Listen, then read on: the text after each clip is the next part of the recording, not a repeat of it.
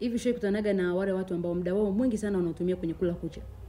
Wanasaikolojia mbalimbali wamefanya tafiti na kugundua kwamba moja kati ya sababu ambayo inasababisha tatizo hilo kutokea kwa mtu ni malezi ya mzazi kwa mtoto.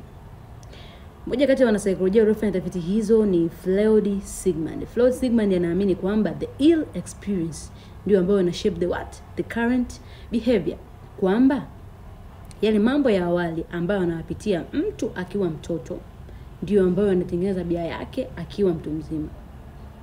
Freud Sigmund ameorodhesha hatua 5 ambazo zinaelezea ukuaji wa mtoto.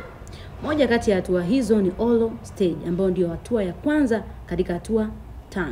Oral stage ni hatua ambayo inamhusisha mtoto kuanzia mwaka 0 mpaka mwaka 1.5.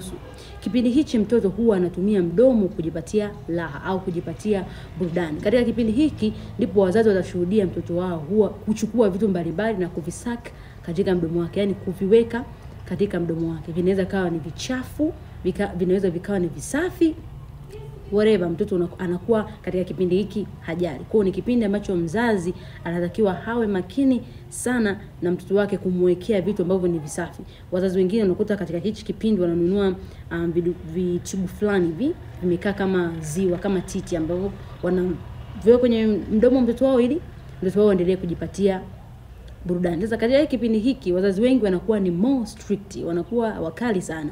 Wakimwona mtoto wao amechukua kwa mfano ni remote au amechukua ni ndala, amechukua ni kitu chochote, amekiweka kwenye mdomo wake, wanakuwa wanamnyang'anya. It's okay kumnyang'anya mtoto kitu kichafu anavyokiweka mdomoni mwake, lakini je, una repress na nini? Kwa sababu katika kipindi hiki mtoto huwa anatumia mdomo wake kujipatia raha.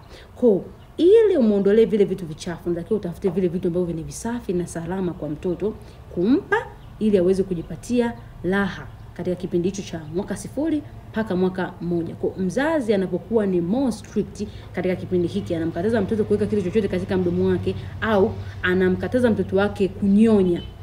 Kwa sababu kipindi hichi ndio kipindi ambacho mtoto anataka kunyonya sana. Anamkataza kunyonya, anamkataza kuweka kitu chochote kwenye mdomo wake. Ni kipindi ambacho mtoto akija kuwa mtu mzima anakuja kufanya kitu ambacho kinaitwa affixation. Tukisema affixation kwamba anayarudia yale matendo ambayo alitakiwa afanye mtoto, anakuja kuyafanya akiwa mtu mzima. Unaweza kukutana na manager mtu mzima tu, mpo kwenye kikao lakini anang'ata kucha au anakula sehemu ile ya mwisho ile ya peni yake. Ni jambo la aibu sana.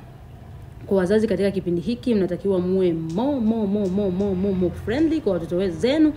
Hatutaki kwamba muachie vitu vichafu viwe katika midomo yao. Nope. Lakini unaweza ukatafuta vile vitu ambavyo ni visafi, ukamuondolea vile vitu ni hatarishi, afu ukatafuta vile vitu ni visafi na ukamwekea katika na ukampa kwamba avichezee kuviweka katika mdomo wake. Lakini ni kipindi pia ambacho mzazi anatakiwa amnyonyeshe sana mtoto wake. Kipindi ambacho mzazi anatakiwa amnyonyeshe sana mtoto wake ili mtoto huyo kuweza kujiepusha na tabia za kung'ata kucha, kung'ata nyama za pembeni ya kucha zake, au kula shuleni tunawashuhudia sana watu zile sehemu za peni. Kwa huko ukuta mtu amekula peni yote imeisha. Lakini pia kitu ambacho utakiwa kusahau ni kunifollow mimi, kushare, lakini pia usisahau sana kushare kwa sababu kila mtu anatakiwa apate hii elimu. Majina yangu matatu ni Shella Rafael Mwile. Asante kwa kunisikiliza.